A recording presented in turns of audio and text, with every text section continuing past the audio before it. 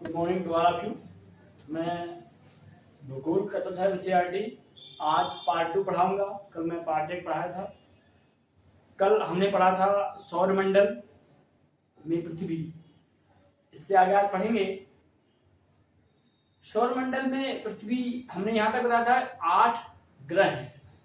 पहले 2006 के पहले ये 9 ग्रह हुआ करते थे, लेकिन 2006 के बाद ये 8 ही ग्रह है। ऐसा क्यों?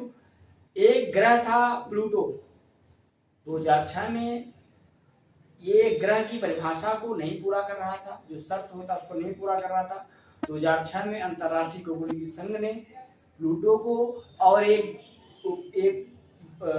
बौना ग्रह और था, उसको बोलते हैं 2003 यूबी सीरस, दोनों को 2006 से ग्रह की उसको प्लूटो को ग्रह की श्रेणी से हटाकर इन दोनों को बौने ग्रह की श्रेणी में रख दिया गया है। ठीक है। और इसके आगे से हम जानेंगे कि नक्षत्र मंडल क्या होता है। नक्षत्र मंडल, उसको बताने से पहले एक क्वेश्चन मैं आपसे पूछूंगा, आपको कमेंट में बताना है खगोलीय पिंड क्या होता है। आपको कमेंट में बताना है खगोलीय पिंड। ठीक है। तो हम आज जानते हैं नक्षत्र मंडल क्या होता है।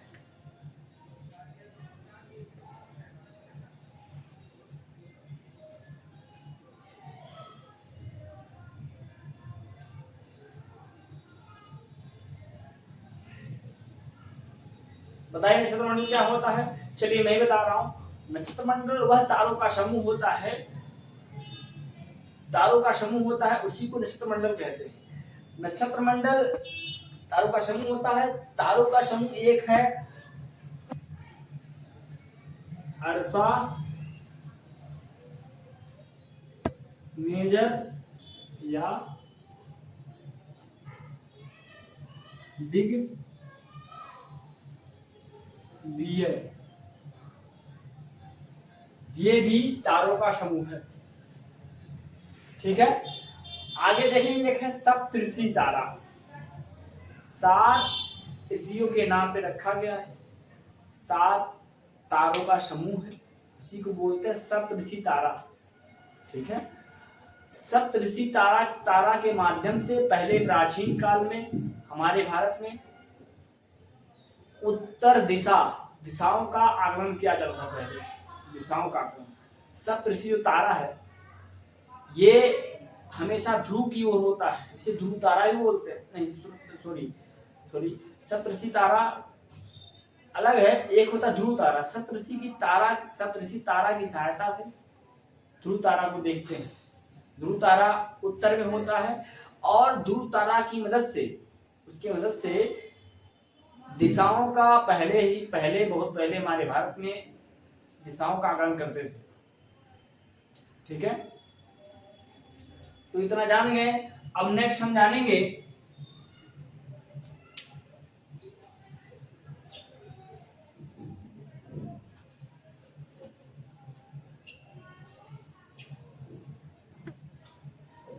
सभी सौर परिवार जितने हैं उनका हम चित्र में देखेंगे, उनकी स्थिति कहाँ कहाँ है। ठीक है।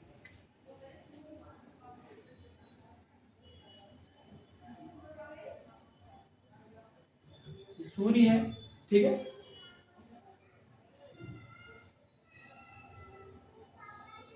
सबसे पास में इसके है, इसको बोलते हैं बुध। क्या बोलते हैं?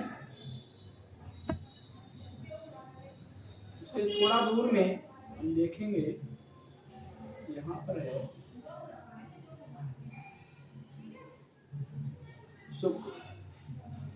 तो इसके पास उससे थोड़ा और दूर देखेंगे है, इसका आकार इतना बड़ा नहीं है, ये बुध के जैसा है, सॉरी शुक्र के जैसा है, इतना बड़ा जैसे आकार में शुक्र जैसा है।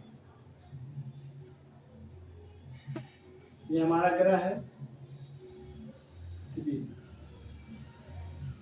पृथ्वी को नीला ग्रह या हरा ग्रह भी बोलते हैं। क्यों नीला बोलते हैं? इसे नीला बोलते हैं क्योंकि यहाँ पर जल की मात्रा अधिक है।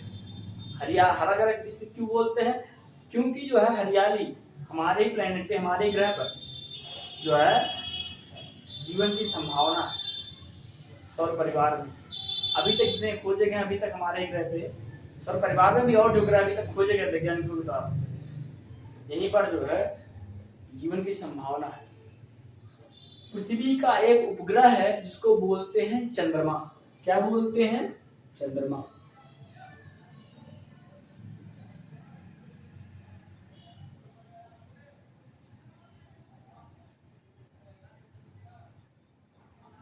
ठीक है,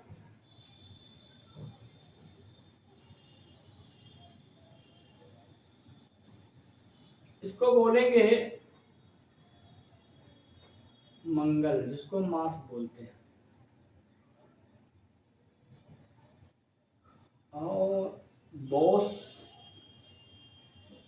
इसको बॉस ग्रह बोलते, बोल सकते हैं, सबसे बड़ा है।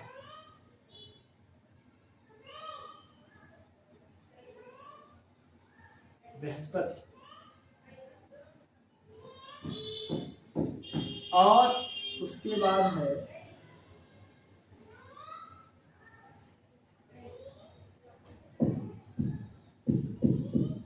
शनि। और उसके बाद है, इसको मिटा देते हैं,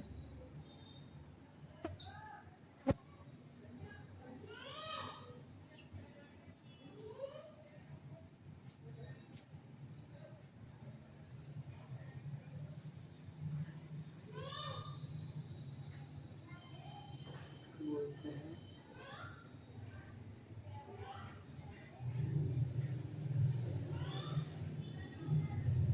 बोलो, हिंदी में लिख देते हैं, कोई दिक्कत नहीं। अरुण, अरुण। और एक और लास्ट वाला है, इसको बोलते हैं वरुण। ठीक है, सबसे नजदीक जो है सूर्य के बुध है, उसके बाद शुक्र है, उसके बाद पृथ्वी है, उसके बाद मंगल है, उसके बाद बृहस्पति है, उसके बाद शनि है, उसके बाद अरुण है, उसके बाद वरुण है। ठीक है, सबसे कम समय में सूर्य का एक चक्कर लगाने का जो श्रेय है इसको जाता है, बुध को जाता है। ठीक है, एक बात और जान जाइए, हमेशा कहा जाता है शुक्र को पृथ्वी की जुड़वा बहन। क्या कहा जाता है? पृथ्वी की जुड़वा बहन। ये क्वेश्चन वगैरह पूछता है, इसे सांझ का तारा या भोर का तारा ही कहते हैं। और सौर परिवारों में सबसे गर्म यही है, सबसे गर्म जो है यही है। ये नहीं, हालांकि ये पास में है लेकिन फिर भी ज्यादा गर्म जो है ये है। ठीक है, इतना क्लियर हो गया। और सब, और जितने ये इसे आंतरिक ग्रह बोलते हैं, इसे बाह्य ग्रह बोलते हैं। ये ग्रह अधिकांशतः ठोस अवस्था में है, और जितने ये ग्रह हैं, ये वाले चारों बाह्य ग्रह ये गैसीय अवस्था में है। हम इतना ही जानेंगे, इसके भी कई चंद्रमा है, इसके भी कई चंद्रमा, लगभग डाटा चेंज होता रहता है। इसके लगभग बराबर है, ये आंकड़ा नहीं है, बदलते हुए नहीं, हमने देखा नहीं। ठीक है, ठीक, इतना हो गया क्लियर? ठीक है, और एक बात और जान जाइए, ये क्वेश्चन आता भी है, मंगल और बृहस्पति के मध्य